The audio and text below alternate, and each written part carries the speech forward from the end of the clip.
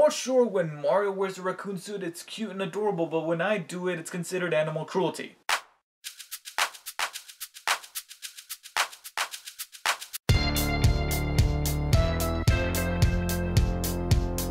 Hey everyone, Davey here. So, it's been a while since I played a classic Mario game because there's been so many Mario games in the past half a decade, not even the full decade, but half a decade, and Nintendo has just been churning them out. But from what I hear, there's a couple of games that harken back to the classic platforming type of feeling that those original Mario games had, like Super Mario World or the original Super Mario Bros. On the NES. And apparently the most recent games to really capture the essence and the original heart of those games are both Super Mario 3D World for the Wii U and the game that I'm about to review, Super Mario 3D Land for the 3DS. And I really do mean it when it's been a while, because if memory serves right, the last Mario game, classic Mario game that I played was Super Mario 64 for the Nintendo 64.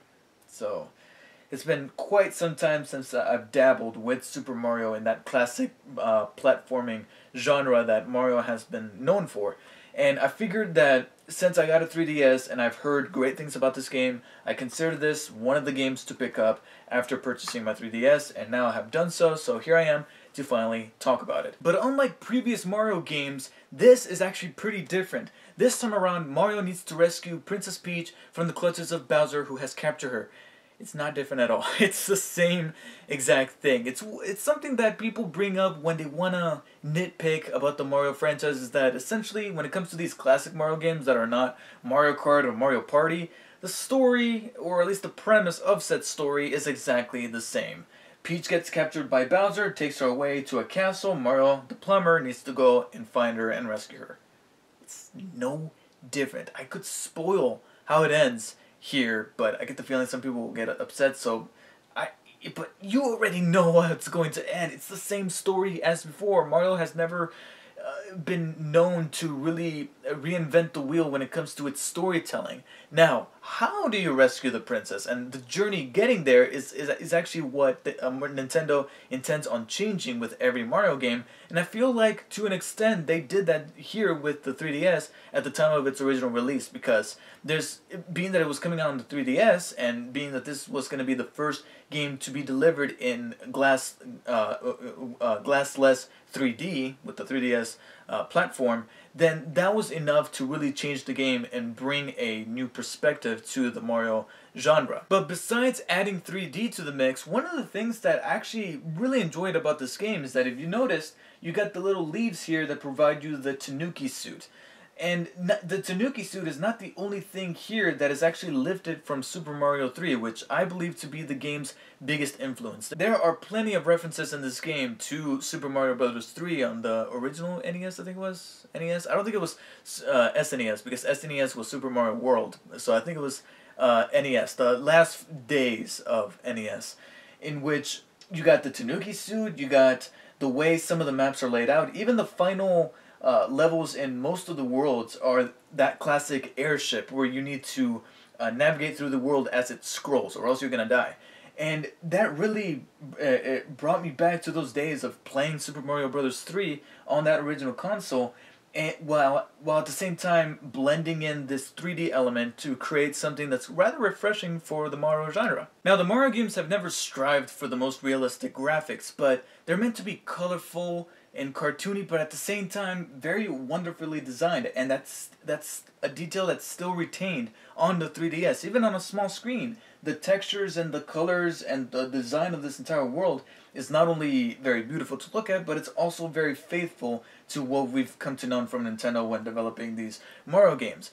And being that it's on the 3DS, and it's on the 3DS for a purpose because of the way these worlds are designed to take advantage of the 3DS and provide new forms of platforming and puzzles, the 3D actually works. There's actually a little feature that allows you to toggle the perspective, whether you want things to pop out at you, or you want the screen to be more like a window and have a deeper effect with the 3D, and especially when you're on top of a platform and the camera's kind of looking down. you actually get the sense of depth with the 3D, and because you got these 3D environments where you need to navigate across different planes, that 3D is actually used to great effect. Unlike other games where the 3D just doesn't mesh well. I mean, you could probably play it for like a 5 minutes or so with the 3D on, but eventually you're gonna turn it off. Even if you do it subconsciously and weren't thinking about it, you're gonna turn the 3D off. I'm not even kidding you. I played this game with the 3D on for the most part. Like 80% of this game I played on 3D. The only times when I turned it off is either me getting frustrated with keeping the 3DS because I have the original 3DS XL, not the new one, but with the C-Stick, but the original 3DS XL. Hopefully that makes sense. I have that original one, so therefore whenever I would move the system, you get that blurriness going on. It doesn't, follow your eyes or whatever the hell that the new 3DS XL does. So therefore, I got kind of tired of that, and sometimes I would turn it off to avoid that because I would start to get frustrated with the game because I kept dying, or it was sucking out the battery and I had to save up energy because I was at a very crucial point in the campaign. So those were the only times that I would turn off the 3D, but because it was used so effectively, I used the 3D for the majority of the time because it was done really well. And much like the story, they don't try to do anything that different with the gameplay in terms of the controls. The A is to jump, B is to run faster when you hold it down, and combining those buttons with the L and R buttons on the 3DS, you can perform different moves that Mario wasn't able to do prior to Nintendo 64. So like crouching, backflipping, jumping further, things that kids nowadays are probably accustomed to Mario, but people like me who played with the original Mario Brothers on the NES it's technically different from those days, but still very reminiscent of the Nintendo 64 iteration, where you get the L and R buttons that combine with the classic A and B, you can do different things for Mario to get through these obstacles and these platforms. And much like with the original Mario, you get some really well-designed platforming levels that really make you think about what form of timing you need to jump or to get to this ledge. And it's classic Mario. It's classic Mario brought to a small package on the 3DS, but still delivers the same amount of fun and the same amount of challenge as before. Only this time, because you got the 3D functionality, there's certain levels where the perspective needs to be changed in order for you to be able to tell on what platform you need to land on. But they didn't really happen that frequently. I wish they would have put some more in there to take full advantage of the 3D, because if you were to turn it off, you could compare this to the Nintendo 64 game, where it was now the first full 3D Super Mario game, as opposed to the 2D games from NES and Super NES. And being that it's very reminiscent of Super Mario Bros. 3, you got various suits that you get to use in this game, such as the Tanuki suit, which you saw in that previous screenshot, or also the Boomerang suit, and there's also this box with a propeller on top that Mario can get in, and this allows you to jump further distances, so you can reach certain things and reach certain platforms that you couldn't reach before. And these suits are used very well to solve these puzzles and provide an awful lot of fun.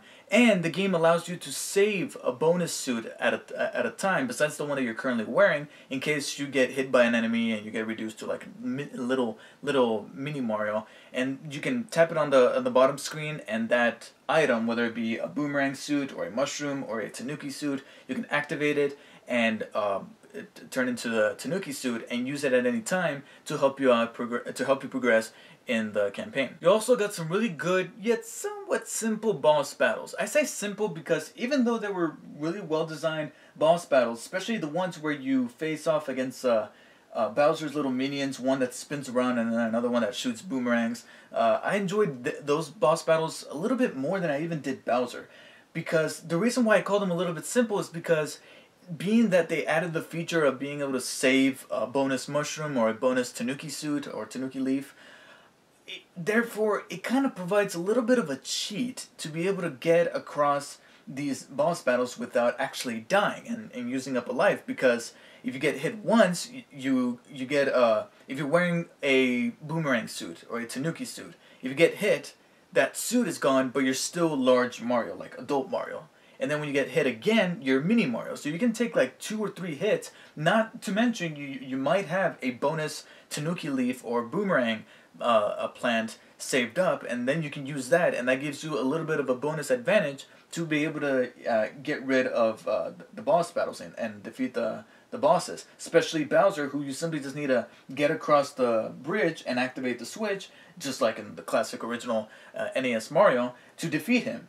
And because of that, you can simply just use up those hits and still get across and defeat him. That's eventually what I ended up doing. So it kind of feels like a little bit of a cheat. I feel like maybe there would have been a much more creative way to defeat Bowser. That's what made me appreciate those other boss battles with the guy that twirls around like the Tasmanian Devil, or the girl with the boomerang, the Bowser's Kids. I appreciated their boss battles a little bit more than I did Bowser because of the fact that I was able to somewhat cheat with Bowser. And another thing that at first made me feel like I was cheating at the game because it just felt like just too much was the game giving away lives and stars just way too easily. By the time I beat the main story or the main campaign, I had like, what, 75 lives and over 110 or 120 stars, and I'm like, man, getting these stars and all of these lives is no challenge whatsoever because the game just gives them out very freely. And even if I died, I wasn't really worried about having to start from the very beginning because I had all of these lives and didn't have any stress getting through the main campaign. I mean, sure, I faced a couple of times that were immensely challenging, and I was trying my best not to throw the 3DS because it does get that challenging. But I wasn't really worried all that much because the game kept giving me all these lives and stars. It wasn't until I beat the game that I realized why the game was giving away these stars and lives so much. And that's because the game, much like with various other Mario games, has special worlds that you can do after beating the main story or the main campaign. These special worlds are almost the same as the original worlds, only tweaked a little bit to be a lot harder. There's certain things that you have to do that you didn't have to do before, such as complete a certain world under like 30 seconds, and you need to speed run through it. Or there's a world that has this little mini ghost Mario tracking you and hunting you down and trying to hit you and essentially kill you, making things even more challenging, along with the obstacles they went ahead and added in there. But along with that, you can also navigate through it a lot faster should you have the adequate amount of stars to be able to unlock some of these last levels in these worlds. Now, if you sound a little turned off by the idea of even more challenging and harder Mario levels and worlds, you should at least give it a chance, because not only do these special worlds prolong the life of the game by giving you more stuff to do afterwards, it's like a new game plus for this edition of a Mario game, but it also rewards you with plenty of more lives and stars. And if you still aren't convinced, then at least try the very first special world, because there's a little reward waiting for you at the very end of that first special world that's probably gonna get you to keep going on these special worlds. It adds a little new twist that gives you somewhat of an incentive to at least try as many special worlds as possible, given this new element added. I don't want to spoil it. I'm pretty sure you already know what it is, but just in case you haven't played the game, I'll let you find that out for yourself.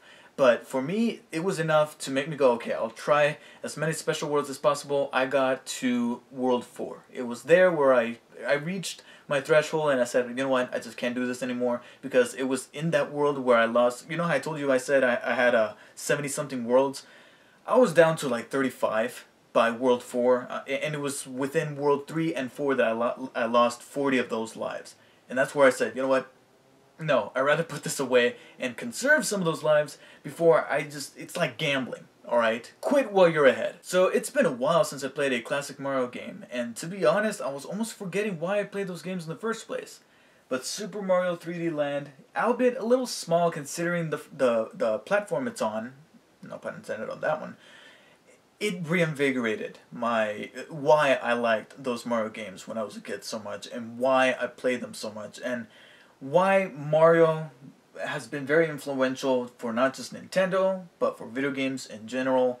And here's to hoping that more Mario games like this come out, and I'll definitely try my best to get myself a Wii U, hopefully by the end of the year, so that I can play 3D World, because I hear that's one of the pinnacle Mario games to play as of late. But for now, I give Super Mario 3D Land a high 8 out of 10. The only reason why it's not a 9 is because it does feel a little bit small on the 3DS, because much like with other games, like I've stated with Smash Brothers and stuff like that, if you take a game that's usually on the console and then shrink it down to a portable device, there's going to be some limitations. And some of those limitations do hinder the experience just by a tad bit with this game. Like, there's moments where, much like with other 3DS games, when I would try to make a jump, but because of the way the circle pad is designed, I would end up falling to my death. But not enough to ruin the game, and not enough to keep this game from being great, because I truly believe Super Mario 3D Land is great. So let me know what you guys thought of Super Mario 3D Land if you have played it, but if you have not and would like to purchase the game after watching my review, then be sure to use the link in the description below. It would really help me out a lot. But trust me, I definitely recommend it, and I think it's going for cheap these days. So if you have a 3DS or are planning on getting a 3DS, this is probably one of the games that you should definitely check out. Thanks for watching, and I'll see you guys next time.